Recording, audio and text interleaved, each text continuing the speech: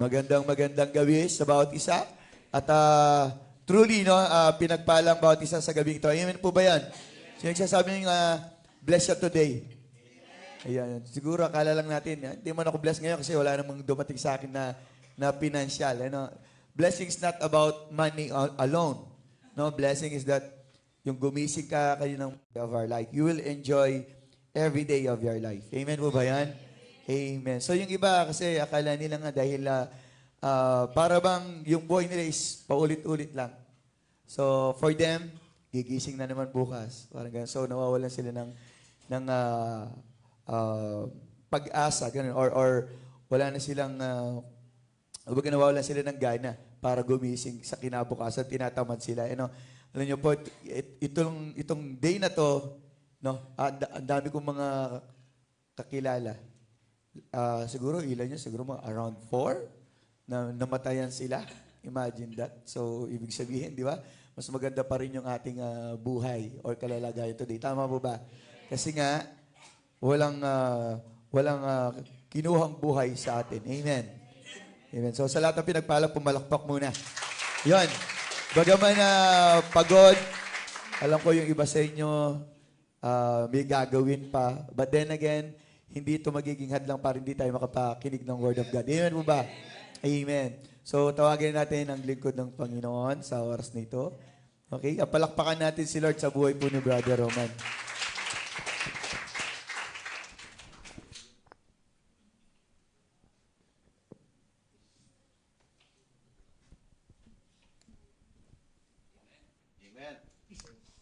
Amen. Sige. Una po, magandang gabi po sa ating lahat. So, bago ko ginawa tong message na to, sabi ko, Lord, ano ba yung message? Kasi gusto kong message, hindi sana tayo, seryoso eh. Gusto ko sana maglaro muna tayo, kaso walang laro-laro, sabi ni Lord. Gusto ko sana yung message ko, yung suspect. About sa Christian. So, sabi ni Lord, hindi yan yung message, sabi ko. So, nag-iba nung nag-meditate ako. Sabi ni Lord, ang title na binigay ni Lord sa gabing ito is, Go out to your comfort zone. No? So, punta tayo sa Matthew chapter 14, verse 28 to 29.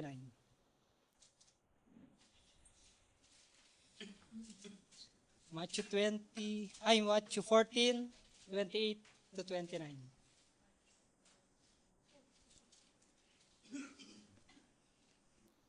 Ayan. Sabi niya, sumagot sa kanya si Pedro at nagsabi, Panginoon, kung ikaw iyan, pag-utos mo sa akin na lumapit sa iyo sa ibabaw ng tubig. 29. Sinabi niya, halika, kaya't bumaba si Pedro sa bangka at lumakad sa ibabaw ng tubig patungo kay Jesus. So bago po tayo magpatuloy, tayo muna yumukot manalangin. Hallelujah. Napakabuting Diyos, maraming salamat, Panginoon, sa gabing to, Panginoon, na muli, Lord. Ako gagamitin mo, Panginoon, upang ibahagi, Panginoon, ang iyong mga salita, Panginoon. Lord, dalangin ko, Panginoon, na linisin mo, Panginoon, ang aking puso, Panginoon, ang aking isip, Panginoon. Lord, gawin mo akong tungtungan, Panginoon, at tanging, Lord, mga salita mo lamang ang mamutawi sa aking bibig, Panginoon. At Lord, ibagsak mo ako, Panginoon, kung ako yung itataas sa gabing ito, Panginoon. Maraming salamat, Lord, at tinihiling ko, Panginoon, yung gabay ng iyong banal na Espiritu, Panginoon, sa gabing to, Panginoon. Thank you, Lord. Thank you, Jesus. Thank you, Holy Spirit. In Jesus' name we pray. Amen. So, title ng ang message ni Lord today is Go out to your comfort zone. So, maraming Kristiyano ang hindi lumalago, no? Dahil natatakot tayong lumabas sa ating mga comfort zone. So, mas madali kasing manatili sa nakasanayan natin, sa ligtas, no, sa mga walang hamon, sa normal na buhay. Pero, church, walang himala sa comfort zone. Ang himala ay nasa akbang ng iyong pananampalataya. So, unang-una, ang pinakamahirap talaga yung first step. Alam niyo po, nung kami nagsisimula ni Sister Joy, akala ko yung pagiging Kristiyano is about blessing. No? Dahil nagkaroon kami ng iba't ibang business. So akala ko yung about yung buhay ng isang Kristiyano is about blessing lang. Na kapag may blessing, patuloy lang sa pagsunod sa ating Panginoon. Pero praise God, no? pinalo kami ni Lord nung time na yon. So, dahil sa comfort namin sa business, sa buhay, nakala namin hanggang dun lang. Pero, ayun nga, praise God, dinala kami ni Lord dito with a purpose. No?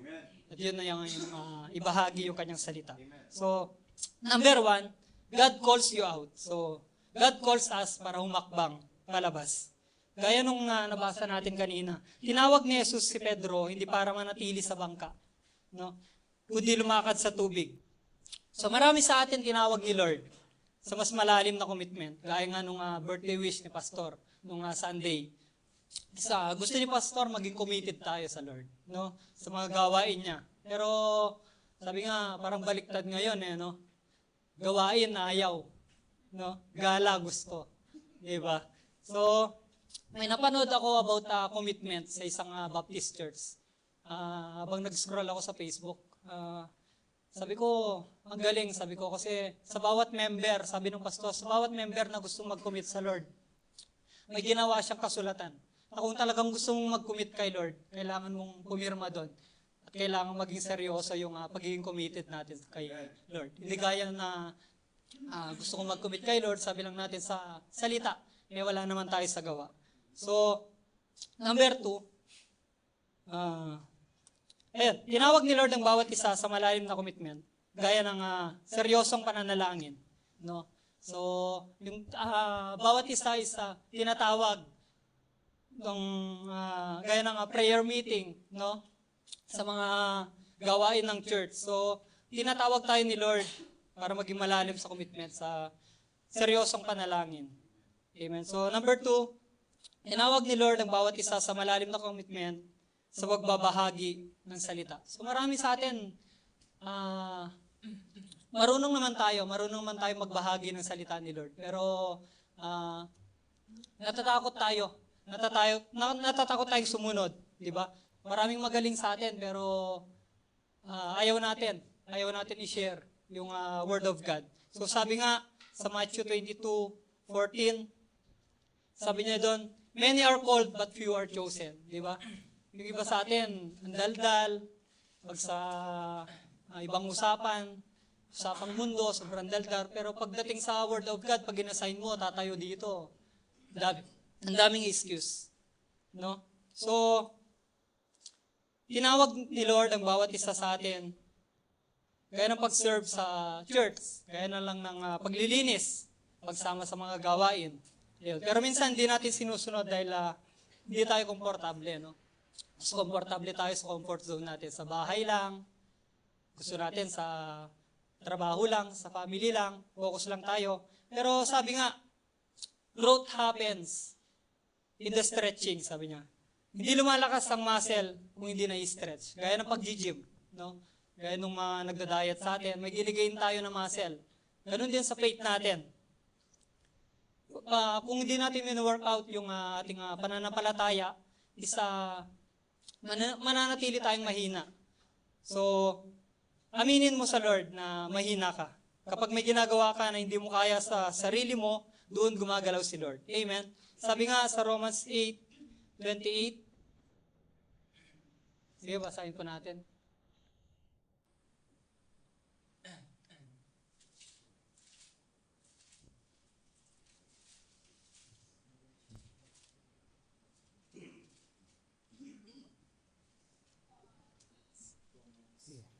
Roma 8:28, alam naman natin na sa lahat ng bagay gumagawa ang Diyos para sa kabubuti ng mga umiibig sa Kanya, na Kanyang tinawag ayon sa Kanyang layunin. Ayan. So, kung mahal natin si Lord, lumabas tayo, no? Umakbang tayo. So, number 3, God will meet you outside the boat. So, habang nasa bangka si Pedro, nakikita niya si Lord, no? Nakikita niya si Jesus na nasa tubig. Pero nung lumakad siya sa tubig, nakasama niya si Jesus. So, kung gusto mong maranasan ang presensya, ang himala, ang kapangyarihan ng Diyos, kailangan mong iwan ang lumang bangka. So sa lumang bangka, kung nasaan ka ngayon, isa dyan, bakit di ka makakbang? So from comfort zone to fear zone. So number 1, sa lumang bangka, kung nasaan ka ngayon, isa dyan, bakit di ka makakbang, is nasa bangka ka ng takot. So, natatakot tayo kasi lack of confidence. no? Kawalan ng tiwala sa sarili. So, dahil baka masaktan tayo, no? Ayaw natin sa pain, di ba? Pero ine-entertain natin, di ba? Parang yung the word pain, kung hahatiin mo, pain, no? Pain sa'yo ni Satan, kaya katakot.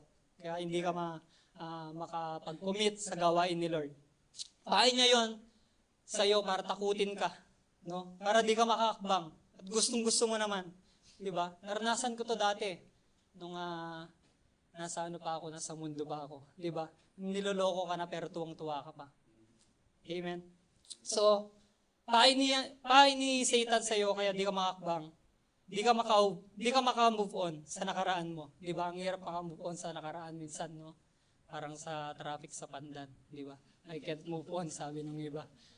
Amen? So, sa lumang bangka, kung nasan ka ngayon, isa dyan, bakit di ka makakbang, is find excuses. So, ang dami nating dahilan minsan. Kaso, walang bantay sa shop, walang day off, di ba? Busy. Pero kapag gawain ni Lord, di ba? Ang daming excuse. Pero pag outing, wala. No? Di ba? Gusto pa natin nauuna pero late, ayaw. Di ba? So sa lumang bangka, kung nasaan ka ngayon, isa dyan, bakit di ka makahakbang, isapektado ka sa opinion ng family mo, mga barkada mo, at sa tao na nasa paligid mo. So natatakot tayong masabihan ng banal. Masyado mo namang sineseryoso, brother, sabi nila minsan, no? So, nahihirapan tayo minsan mag-testimony o mag-share sa mga kaibigan natin, kamag-anak, sa mga kakilala natin. So, gaya nga nung sa Matthew, nung time na bumalik si Lord sa Nazareth, no? Basahin natin sa Matthew 13, chapter 13, verse 54 to 57.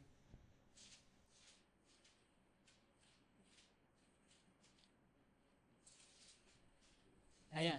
Dumating siya sa sarili niyang bayan at kanyang tinuruan sila sa kanilang sinagoga. Ano pat sila'y namangha at nagsabi, saan kumuha ang taong ito ng ganitong karunungan at ng ganitong gawang makapangyarihan? 55. Hindi ba ito ang anak ng karpintero? Hindi ba ang kanyang ina ay tinatawag na Maria? At ang kanyang mga kapitbahay ay sina Santiago, Jose, Simon at Judas? Hindi ba't kasama natin ang lahat ng kanyang mga kapatid na babae? Saan kinuha ng taong ito ang lahat ng mga bagay na ito? At natisod sila sa kanya. Ngunit sinabi sa kanila ni Jesus, ang isang propeta ay dinawawalan ng karangalan, maliban sa kanyang sariling bayan at sambahayan. Ayan, so, ganun din tayo dahil kakilala nila tayo dati.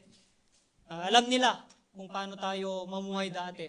So, ang hirap paniwalaan ng mga tao, no? Ang hirap nilang maniwala sa atin dahil alam nila kung paano tayo dati. Pero di nila nakikita yung buhay natin na binago ng ating Panginoon. So, pero si Jesus, ang ginawa niya kahit tinanggihan siya, pinagpatuloy niya. Pinagpatuloy pa rin niya kung ano yung kanyang mission. So, nag-share pa rin siya ng Word of God. So, I encourage everyone na magpatuloy tayo. Gaya nga ng sabi sa Galatians na huwag tayong mapagod. No? Huwag tayong mapagod sa gumawa ng mabuti dahil sa bandang huli is tayo rin naman yung mabibless. Amen? So, ayun. Sa lumang bangka, kung nasaan ka ngayon, isa dyan, bakit di ka makakbang, nasa bangka tayo ng kasalanan. So, nandito na lahat. Ang hirap lumapit minsan, lalo na kung sobrang dami na yung kasalanan natin, lalo na kung galing tayong backslide, no? Nakakayang bumalik kasi iisipin mo yung sasabihin ng kapatiran. So, one thing na gusto ko lang ma-encourage kayo, na-share ko to nung last visitation, no? Yung babaeng dinudugo that time for 12 years, no? So, dahil sa kanyang pride, dahil sa mapera siya, hindi niya kailangan si Lord that time. Ayaw niyang magpagamot kay Jesus. Pero nung time na nabalitaan niya si Lord, hindi siya nag-alinlangan na lumapit kay Lord. Yung sabi niya doon, mahawakan ko lamang yung laylayan ng damit ng ating Panginoon, gagaling ako. And that's the time na answered prayer siya, na gumaling siya. sa kanyang pagdurugo. So,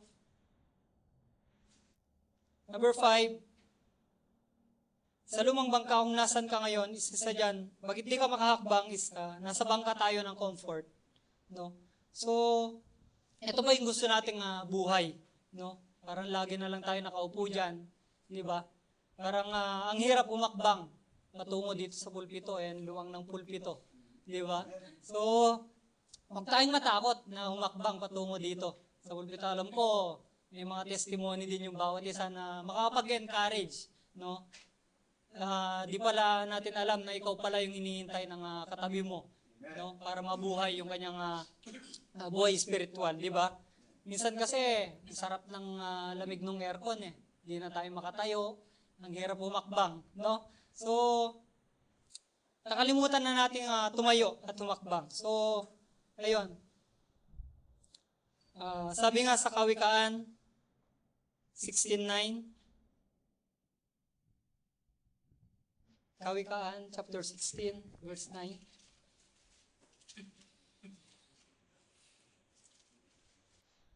Ayan, ang puso ng tao ay nagpapanukala ng kanyang daan, ngunit ang Panginoon ang nangangasiwa ng kanyang mahakbang. Ayan, so, ayun. Sa dami ng plano natin, plano pa rin ni Lord yung masusunod. Ayan. Kapag napagtagpuan natin yung fear zone, susunod ni Lord is learning zone. So pumasok ka sa learning zone. So marami sa atin ang nanatili sa learning zone, ay sa comfort zone. Yung lugar na pamilyar, madali, at walang hamon. Pero mga kapatid, di doon lumalago ang pananampalataya. Di doon lumalakas ang karakter, at hindi doon natutupad ang plano ng Diyos sa ating buhay. Ang tunay na paglago ay nasa learning zone. Ang comfort zone ay ligtas, pero hindi ka uusad. Sa comfort zone, lahat kontrolado at walang stress. Pero sabi sa Hosea chapter 4 verse 9, sabi niya doon sa English, "My people perish for lack of knowledge." Kung hindi tayo natututo, unti-unti tayong nanghihina. So, halimbawa na lang, gusto mong gumaling sa ministry, pero ayaw natin mag-aaral. Ayaw natin mag-discipleship, di ba? Gusto mong lumalim sa faith mo, pero ayaw mong magbasa ng Bible. Gusto nating mabago yung buhay natin, pero ayaw natin mag-step out. So, hindi pwede. Ang hindi natututo, hindi lumalago. So, the learning zone is where God stretch you. Sa learning zone, may bagong kaalaman, bagong gawain, at minsan may kaunting takot, pero dito ka ginagawang matatag ng Diyos. Sa Santiago chapter 1, verse 3 to 4.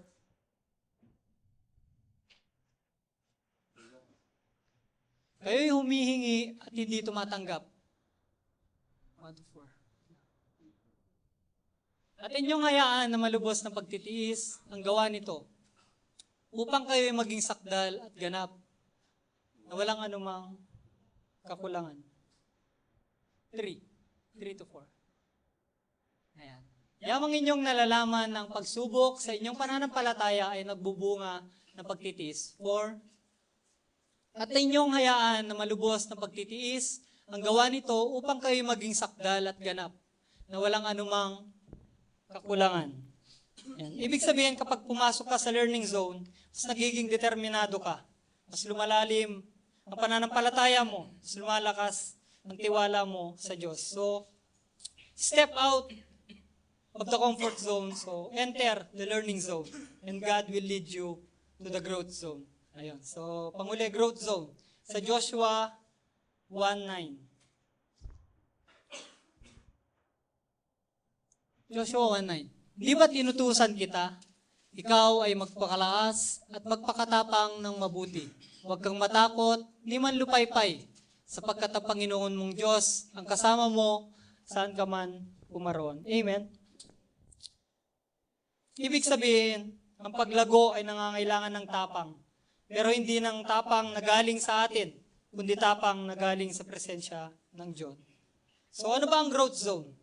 So ang growth zone ay lugar ng pagtitiwala. Kapag hindi mo na kayang kumilos sa sarili mong lakas, doon ka natututong lubos na magtiwala sa Diyos. So, ang growth zone ay lugar din ng pagbabago. Doon, kinakalas ng Diyos ang mga lumang gawi at lumang pag-iisip upang palitan ng mas mabuting karakter. So, isipin natin si Pedro. Hindi niya mararanasan ang paglakad sa tubig kung hindi siya handang iwan yung bangka. No? May panganib, may unos, pero dahil sa isang hakbang ng pananampalataya, naranasan niya yung himala ni Lord. So, ganun din tayo. Hanggat ayaw nating humakbang, hindi natin makikilala ang gawa ng Diyos sa mas malalim na paraan. So, maaaring tinawag ka ng Diyos ngayon na magpatawad, maglingkod, magbago ng direksyon sa buhay, o magsimulang muli sa isang bagay na nakakatakot para sa iyo. So, church, kapag tinawag tayo ng Diyos, ang tawag ng Diyos ay hindi para takutin ka, kundi para palaguin tayo. So, God will lift you even if you start to sink. Tulad ni Pedro, minsan maduduwag tayo. Pero ang maganda, kahit lumubog ka, itataas ka pa rin ni Jesus. So, naging matatag ang faith, hindi dahil hindi tayo natatakot, kundi dahil kahit takot tayo, sumusunod pa rin tayo. So, church, may mas malaki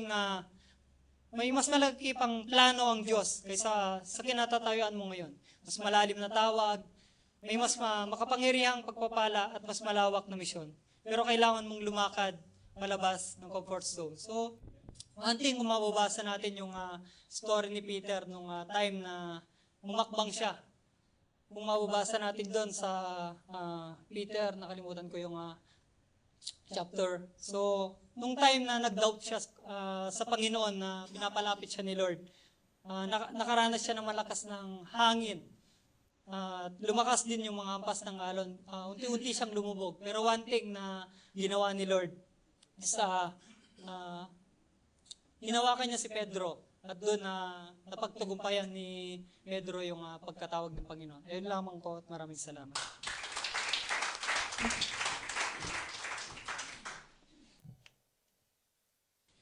Amen. Alam nyo, ganda kapag talagang tinutukan natin yung message. Napakaganda no? Na talagang comfort zone. Isang bagay lang gusto kong i-share sa inyo today. Addition na lang doon. Sabi nga, pero di ko tatagalan, hindi na 1 oras. Okay? Kasi na-excite lang ako. Sana kung talagang naunawaan natin, naintindihan natin. Because in the first place, we already step out of our comfort zone. Nandun tayo sa loob. Tama ba? Tama ba? Lumabas tayo. We are comfort there kasi wala tayong binabayaran. So ito, lumabas tayo sa ating comfort zone parang si Peter. No? In fact, lahat ng disciples, si Peter lang ang talagang nag-attempt.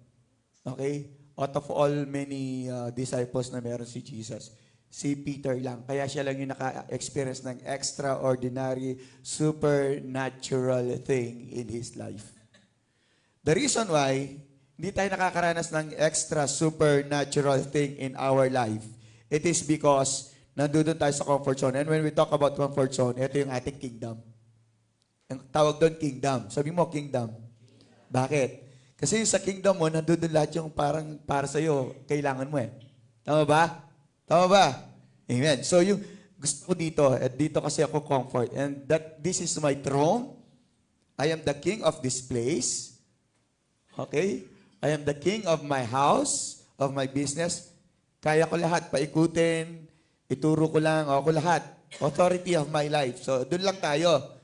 Ngayon, kaya hindi ka nakakaranas ng miracle or supernatural thing in your life, gaya ng naranasan ni Peter, it is because walang nangyayaring supernatural, sabihin na natin, or miracle, sa sarili mong kingdom. Because you cannot do that. We cannot make miracles. Tama ba? Tama. Lumabas siya ng bangka, nakaranas siya ng paglakad sa ibabaw ng tubig. Tama po ba? Okay, is it a miracle or no? Miracle. Bakit? Kailan nagkaroon ng miracle nung lumabas siya? Kaya sa buhay natin ngayon, bagaman ang dami na nating message na narinig, siguro mga 1,000 message na. In fact, way back, binilang ko yung messages na nagawa ko since the very start na ako po ay nagpipreach. Because lahat ng aking mga messages, nakasulat pa rin sa tablet. No? nandun pa rin, nire-recall ko pa rin yan, tinitignan ko pa rin, pero wala kayong maririnig na dating message na na-message or na-deliver. Tama po ba? Kung talagang naririnig niyo yung mga messages, wala. So, nakakagalak lang na dami na pala nating narinig na message that will encourage us, that will strengthen us, that will push us para tayo po ay mag-commit. And yet, para lamang tayong mga tenga lang na walang utak or walang pag-iisip or walang pakialam, something like that. Sorry to say that. Ganun yun. Parang ganun lang. Yung, alam nyo, inis na inis nga yung mga magulang kapag yung mga anak nila lagi nilang sinasabihan pero hindi nakikinig yung bata. Have you tried that? So dito yung magulang na nagsasabi ka pero parang wala lang. O kaya ikaw naman isang kaibigan na kung saan merong humingi ng payo sa'yo pero yung hiningi niyang payo sa'yo, hindi naman niya tinanggap. Tama po ba? Ang gusto lang niya talaga, ang katotohanan is that kaya lang siya humingi ng advice sa'yo or marinig yung sabihin na natin yung suggestion mo regarding to sa situation niya. It is because gusto niya lang makarinig ng isang bagay. In fact, kasi meron siyang idea, meron siyang plano talaga eh. Gusto niya lang yung makakahanap siya ng mag-a-agree doon sa kanyang plano. Yung magpupush lang ba? Para masabi na, ito nga yung gagawin ko. Okay? So tayo po, napakarami na ng message nating narinig. And tandaan natin, we cannot experience the power of God when we are in our own kingdom or comfort zone. Hindi ka makaka-experience ng miracle doon sa loob, doon sa comfort zone. Okay? Nakuha niyo po ba? Okay. So, dapat labas tayo para maranasan natin yung kapangyarihan ng ating Panginoon. Kaya nga, makikita nyo, lahat ng mga tumugon sa panawagan ng Diyos, silang lahat na tumugon sa panawagan ng Diyos na, Peter, halika. Kasi sabi ni Peter, Lord, is that you? Okay, is that you? Remember, kung titignan natin yung buong Bible, lahat ng mga lumalapit kay Lord, sila lang yung nakakaranas ng kagalingan. Yung babaeng dinudugo, sinabi ni Brother Roman, nakaranas ng kagalingan yan. Tama? Bakit?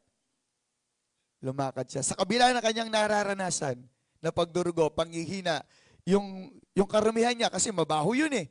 For how many days? Or in fact, 12 years rather, dinudugo siya, so napakabaho na niya. Diba? So, and yet, she did not hesitate na kahit ano man yung nararamdaman niya, naranasan niya, talagang lumapit pa rin siya sa ating Panginoon. Bakit? Kasi she wants to be healed. Nakuha niyo po ba? Tama? So, kailangan talaga i-take natin, sabihin na natin yung risk. Bagaman, taking a risk, no, yung panganib, yung kadelikaduhan, kapag ka naman yung paglapit natin sa Panginoon, we will not call it risk. Hindi siya risk. No, kapag sa Panginoon yan. Again, we are encouraging you. Kaya tatanungin nyo, tingnan nyo yung mga kapatid natin na, for example, talagang yung comfort zone nila, dati hindi man, ipasok ko lang ng konti. Yung iba, hindi naman talaga nagtatights before kasi nasanay silang hindi nagtatights. Di ba? Imagine, sino ba dito yung pinagpaguran mo? Pagkatapos, ibibigay mo yung 10% of your income. Tama ba? Comfort zone. Tingnan nyo Hindi nagtatights yan before. So, kahit trabaho ng trabaho yan, hindi niya nakikita yung fruit of labor niya. Pero nung siya yung nag-tithes, anong nangyari sa kanya? God multiplied it. Take risk, yung comfort zone. Di ba? Nakuha niyo po ba? So, ito lang yung, kaya nga hindi lahat na naglilingkod dito, hindi lahat na tumatayo, hindi lahat ng pastor, hindi lahat ng song leader, drummer, or whatsoever. There are some of workers in the vineyard ay talagang nadudo pa rin sila sa comfort zone nila. They don't want to get out of that comfort zone. Ayaw nila yon. This is my kingdom. Lord, that is your kingdom. Kaya nga sabi, Lord, seek first the kingdom of God and His righteousness. Not our kingdom. Not the place kung saan tayo mako-comfort. Not that place. Kung di, kung nasa ng ating Panginoon. Remember, John chapter 14, verses 1 to 3. Anong sinasabi niya doon? Basahin natin. Tingnan niyo po. Huwag mabagabag ang inyong puso, sumampalataya kayo sa Diyos, sumampalataya rin naman kayo sa akin. Mayroong kabagabagan, no? Sa bahay ng aking ama ay maraming tahanan. Kung hindi gayon, sasabihin ko ba sa inyo na ako'y paroon upang ihanda ko ang lugar para sa inyo? Take note of this. Verse 3. At kung ako'y pumunta roon at maihanda ko ang isang lugar para sa inyo, ako'y babalik at kayo'y tatanggapin ko sa aking sarili upang kung saan ako'y naroon, kayo rin ay naroon. We cannot go to the Father unless we will go out to our comfort zone. Sabi ni Kuya, siguro mga around more than a month ago, yung teaching niya, yung preaching is about cause of following. Nakanya po ba? May cause yan eh. Kahit sa pagbibusiness eh. Sila Brother Dong, nagbibusiness yan. Nandun yung risk eh. Paano kaya yan? Kaya ba na yung mangupahan? Meron kayang customer or kikita kaya? Pero anong ginawa nila? Take risk. Kasi sometimes pag nakipagtrabaho, basta nagtrabaho ka lang 8 to 5, susweldo ka na. Tama ba, Dong? Pero nag-take risk sila. Sabi, gamitin ko yung word, excuse, the term na sumugal sila.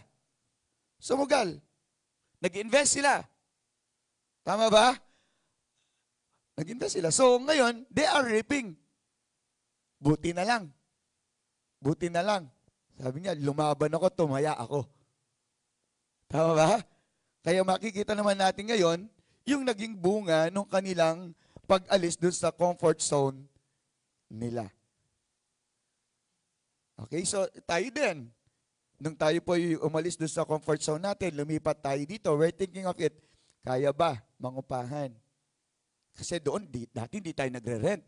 Kaya, pastor. Di ba? Pero, 3 months na po tayo dito. If I'm not mistaken, more than 3 months. Tama ba? More than 3 months. 4. O, magpo-4 na. Imagine that. Pero nandirito pa rin tayo.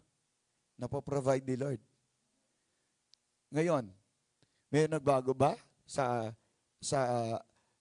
financial natin? Ibig sabihin, may nadagdag ba talaga? Same lang naman yung halos member eh. Kung nadagdag man tayo, mga bago-bago pa lang yan. Pero same. Tama po ba? Tumaas yung kuryente, lahat nagsitaasan. Nagdagdag tayo ng aircon. Same. Miraculously, God is working in this place. Tama ba yan? Isang bagay lang eh, no? Kaya nga there are times talagang yung fear, nasa boat of fear ka. Basta ako, pastor, dito lang ako, ayoko sumunod yan. Parang sinabi mong ayaw mong makasama si Lord. Kasi si Peter, siya lang yung nagnanais talagang makapunta doon sa paroroon kung nasan si Jesus. Sabi niya, Lord, is that you? Yes. I want to go there, Lord. I want to go with you. Come. Tara. Di ba? Nandiyan ka ba ba? Simple lang, no? Tara. Lapit tayo kay Lord. So, ang dami pa kasing gustong gawin sa inyo ni Lord. Ang dami niyong gustong i-experience sa inyo. Hindi lang yan. Kaya lang nadudun nga yung takot natin. Number 1 yun. Yun ang pinakagusto ko narinig eh. Nasa bangka ka ng pagkatakot. What if? What if? Sabi nga ng ating kapatid si Brother Jico, Pastor, yung what if ba ay palatandaan din ba yon na ikaw ay walang faith? Yes, of course. Yung what if, paano kung? Di ba? Paano kung? Lord, paano? Sabi nga po sa inyo, yung kapatid natin si Brother Jico talagang kinakausap ko sila today because last day na lang ng work ng ating kapatid yung asawa niya. Siyempre, another chapter of their life ang mangyayari. At what will happen? Yun yung laging iniisip natin. What if? Lagi yon. What if kung di na dumating yung bukas? What if dumating si Lord? Siguro yung mga ganong bagay para mas lalo tayong ma-encourage na mag-work sa Kanya. Kasi kung tatanungin kayo, okay na ba ang paglilingkod nyo para sa Diyos? Can you say na kapag dumating ang Diyos, makakasama talaga kayo? Can you say na talagang makakaharap ka sa Diyos at sasabihin mo, Lord, karapat-dapat lang ako pumasok sa kaharian mo because nag-commit ako sa iyo. Is that the commitment you want? Ganyan ba talaga yung commitment mo? Lord, Pastor, ito na yon. Ito na yung pag-commit ko kay Lord. Di ba? Napakasarap po na kapag lumalago ang gawain ng Diyos, may bahagi tayo. Para masabi natin, alam mo kami nagtayo niyan. Alam mo kami nag-umpisa niyan. Bahagi kami ng church. Ang dami na namin sa church. Ang laki na ng church namin. Imagine that. No, napakaganda po nun. Kaya nga, ngayon, ang mga pastors ngayon, yung mga kagrupo po natin, talagang nagtatrabaho po kami ngayon para lamang sa paglago ng mga members. Ang magkakaroon nga tayo ng time of refreshing this coming December 15, and ang focus po nun is empowering. Empowering, to empower, to strengthen, no? To fire again yung faith, no? So yun ang pinaka main objective ng magiging December 15 praise and worship natin, no? And we are also having this talk na yung isang pastor, alam ko dadali niya rito yung kanyang mga youth. Nakausap kami para lang ma-join yung mga youth, para lang maano sila. Kung alis muna kayo sa comfort zone nyo para ma-experience nyo naman to. So, ganon. Ito yung time talaga na dapat na tayo lumabas sa comfort zone natin. Nako niyo po ba? Handa ka ba lumabas nga ba sa comfort zone mo? Yan ang tanong. It needs sacrifice. Kaya nakakaano lang, no? Dapat tayo ay sa tinagal-tagal na natin mga leaders, especially leaders.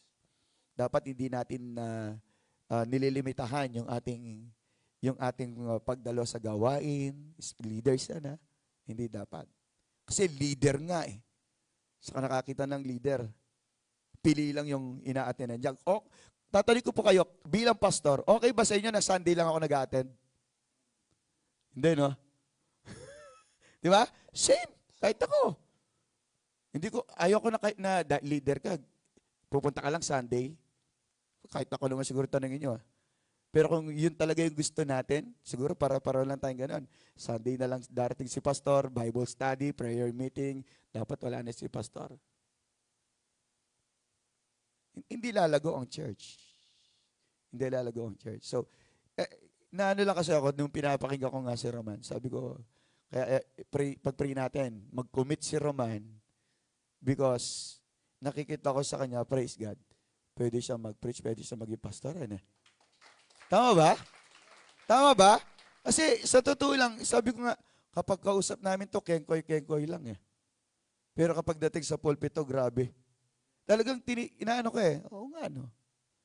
Meron siyang gift eh. Nakikita ko yun. And isang bagay yan, no. Yung kagalingan natin sa pagsasalita, dapat hindi lang hanggang doon. Kailangan sundan natin yan. No? So makikita natin, again, kung si Peter yan, tingnan natin yung naging buhay ni Peter. Si Peter lang talaga yung pinakamabigat na tungkulin na nagkaroon. Tingnan natin. Di ba, siya yung na-reinstate ni Lord. Siya yung pinagbilinan ni Lord. Kaya nga si Peter and the rest of the disciples, sila po yung nangaral sa mga Hudyo at si Pablo naman ay sa mga Gentiles. Amen po ba? So, willing ka ba talaga na lumabas dyan sa comfort zone mo, kahit yung comfort bed mo? Willing ka ba? If you want to experience a supernatural miracle in your life na nagagaling sa Panginoon, if you want to experience the miracle of God in your life, alis ka sa comfort zone mo, alis ka sa kingdom mo. Amen? Kaya tatanungin ko, na-experience ba ng church ngayon na nag-grow ang church? Ako sasabihin ko po sa inyo, nag-grow ang church ngayon. Kasi isa kayo sa nakakakita ng mga bagong kaluluwa. Tama po ba? Amen. Tsaka alam niyo po ba, ito, ibalita ko lang sa inyo, no? Talagang yung mga kasama natin, mga pastors today, ang taas po ng tingin nila sa church natin. We gain their respect. In fact, nung nakita nila yung church natin, na-gain natin o na-earn natin yung kanilang respect. Sa totoo lang. Sino ba tayo? Bago lang tayo doon na member sa kanila. Sila, 3 years na yata sila nakikita-kita. And ngayon po, imagine na, praise God, isa tayo sa magsasalita doon. Isa tayo napili nila at isa rin tayo sa napili nila na tutugtog yung band this coming Monday. Talagang namangha sila sa gawain ng Panginoon dito sa lugar nito. Yun ang isang pinakamagandang balita. No, na, meron pala ganito rito. Sabi na-amaze sila. So, imagine that. Sabi nga, Lord, no? Tunay nga yung working miracle ni Lord. So, in fact, sila po ay na-encourage din, especially sa ating mga sound system, instrument. So, that's why this coming Friday, magkakaroon po ng major rehearsal ng band dito, ng 3 banda. Ayan, dito po kami sa Friday. Cancel muna yung prayer meeting.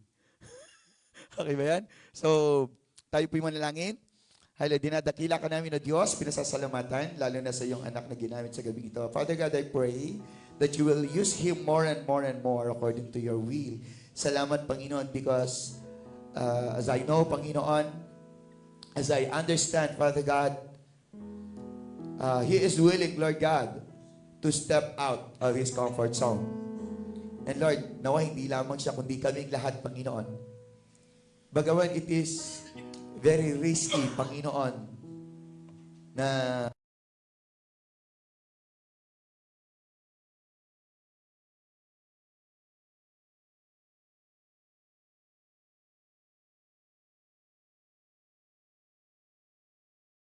mga distractions, may mga bagay na nagkakos ng fear, ng doubt sa amin, Panginoon. But Lord, sabi mo nga, huwag lang mawawala ang aming mata sa iyo, ang aming paningin sa iyo. Huwag lang mawawala ang aming faith. Huwag lamang kami magdududa. And that very moment, Lord, isang bagay ang nakita po ng aming Panginoong Hesus kay Peter. Ang sabi po niya, Peter, why did you doubt? Lord, napakalaki pala ng nagagawa ng doubt sa buhay ng tao. Lumulubog, Lord. Lord, today, kung may nakikita ka, Lord, kahit katiting na pagdududa sa iyong kapangyarihan. Lord God, sa oras nito, tulungan mo kami na tanggalin ang bawat pagdududa na ito, Panginoon, sa aming kaisipan, sa aming puso. Spirit of doubt, in the mighty name of Jesus, I command you to get out sa aming puso, sa aming isipan, sa aming mga labi, in the mighty name of Jesus. Because this church will live by faith, not by sight. Hallelujah! Salamat, Panginoon, because we believe that tonight, Lord God, minulat mo ang aming mga kaisipan, ang aming mga puso, Panginoon. Ginising mo kami. At ang katanungan, Panginoon, sa gabing ito, am I living on my own comfort zone? Hallelujah. Lord, masarap po sa comfort zone, pero mas masarap sa piling mo, Panginoon. Hallelujah, hallelujah. At alam namin, Lord God, hindi madali na umalis sa comfort zone. Marami kaming susuungin.